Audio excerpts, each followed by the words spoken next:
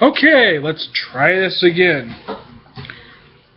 YouTube says the video was too long, so I have to try this again.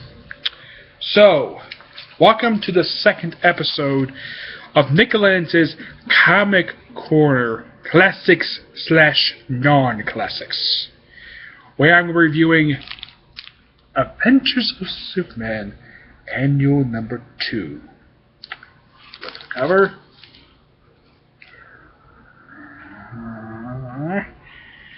Okay.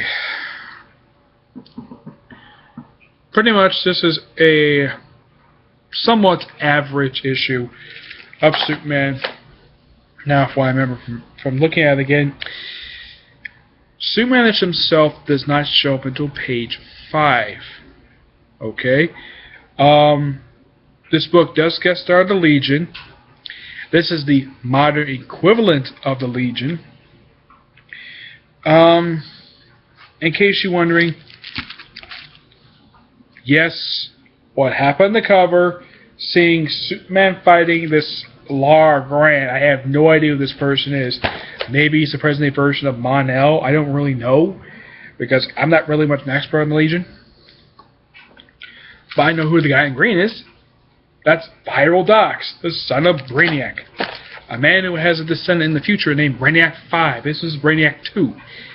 And yes, he does have a son himself. He does. His son, his name is Viral Dox III. I think that's his name, yes. And how he was born was very controversial because one of his female members raped him. I'm not kidding, she raped him. I can even show you who was the rapist. Now, the book starts off with Brainiac and Lara Grant heading a jetliner. Now, Superman does not show up until page 5 of this book.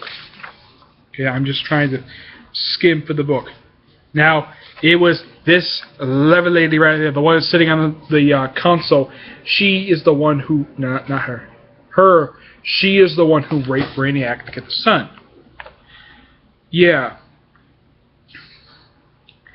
And Lobo's in here. You could think Dan Jurgens from in here. It's just an average read of Crashing the Cadmus. One thing, there's a few things I do like about this issue. Number one, well, Lobo, DC oversaturates him.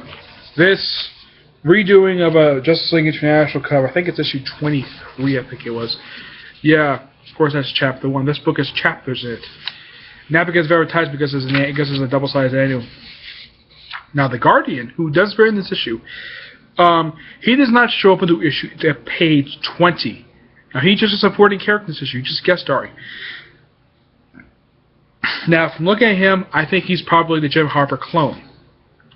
The original's been dead for years, so.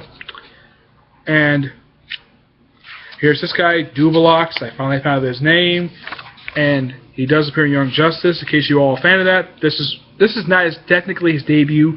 I have no idea what issue is his debut, so I'll probably look up later. But the artwork is really good for this issue. Now, I do like the fact that you see Lara Grant and Brainiac actually fighting Guardian. That's one of the very few saving graces about this issue. It's just an average read. You got Superman briefly having a skirmish with Lobo, and here is what the Legion name stands for. It stands for Licensed Extra-Governmental Interstellar Operations Network. That's what the word Legion stands for. Okay. Lists off the group, talks about brainwashing, shows Brainiac briefly. No, this is not what Brainiac actually looks like. This is just him in the flashback. Somewhat. Yeah, this is him in the flashback. Says his real name was really, he's a human named Must Define. This was such a confusing thing for years for Brainiac. Like, why does he keep Brainiac keep showing up? John Byrne. Fix the problem with the story, Brainiac. Yeah. Okay. Yeah, Superman briefly fights Lara Grant. Now, he doesn't fight Lara Grant until page 38. That's when they finally get into a fight. Well, actually, Yeah, that's true, because he's still fighting Brainiac for a few pages. He's still fighting Guardian for a few pages. So from page 32 through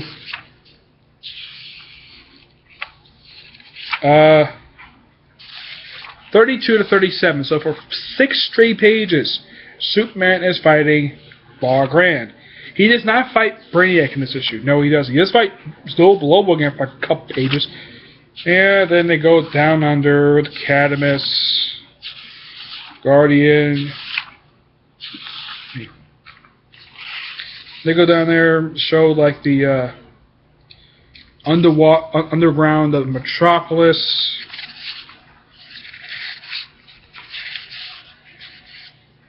And the thing ends with finally showing the real Brainiac, who actually has green skin, not gray. And it says, basically, it says, struggle continues in Legion Annual number 1. Alright, so, my overall opinion of this freaking issue. Boring as all hell. The story is boring, but I have no problem with the characters that much. There are some, however, other bad things in this issue. One thing, Lobo has no business being in this issue. Neither does the frickin' Legion, though it's okay. Legion is not really teaming with Superman until pretty much when the issue is almost over. And pretty much you have like 5 pages of Superman fighting Law Grand, and you have Guardian fighting. Now, pretty much Superman doesn't fight anybody until page 32. Pretty much when it comes to fighting in this issue, well, the only person he does fight Lobo a couple times, but it's brief skirmishes. The only real fight he does have in the issue is with Law Grand. Viral Docs, he does not fight in the issue. Guardian does most of the fighting in this issue. So pretty much, it's just Superman guest starring his own frickin' comic book. So, oh, I almost forgot. Name's the cover. Dan Jurgens, Bob McLean, John Byrne, Dick Gordo, Kurt Swan, Kerry Gemmell. There were some few saving graces of the issue. Number 1, the writing. The writing is okay. I give it that much. I don't want to criticize it heavily because I think Dan Jurgens writes this. The artwork is typical for the 90s, so I give that. It's okay. The artwork's decent. Do I have a problem with Superman drawing like this, and not the Jim Lee version that's in right now? I kind of agree with a lot of people. I prefer this Superman over the new 52 Superman, because this Superman is actually nice.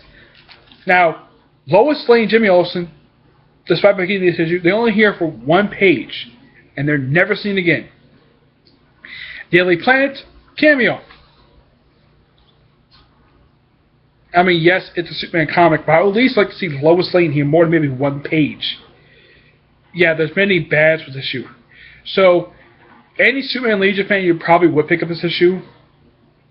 If you were a Legion fan, and you probably reading AM1, figure out, where does the story continue from? It continued from this. So, if you are planning to get into Legion, I might think you should pick this one up. Despite the fact this issue's been out for 23 years now. Yeah, this issue came out 23 years ago. And Adventure Superman is publishing right now, but it's digital first. So there won't be any more, well, regular stuff. It got ended with the Infinite Crisis. Who are you talking to? I'm recording something, Cassie. So, my rating for this issue? No, there we go. My rating for this issue, 2.5 out of 5. 1 for the artwork, 2 for the writing, which is okay, and the extra point is just for Guardian show up in the issue. Otherwise, though, if you want to read it, fine. Otherwise, though, it's an average skip. But if you want to read all Superman, you can read this, but it's not part of it. It doesn't have that serial numbering. This starts the following year. But Despite the fact that says Avengers Superman, it's more of a Legion story. Superman barely is in this issue that much.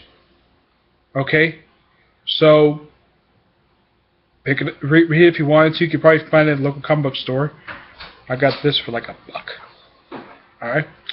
So, see you next time that I have a video, okay?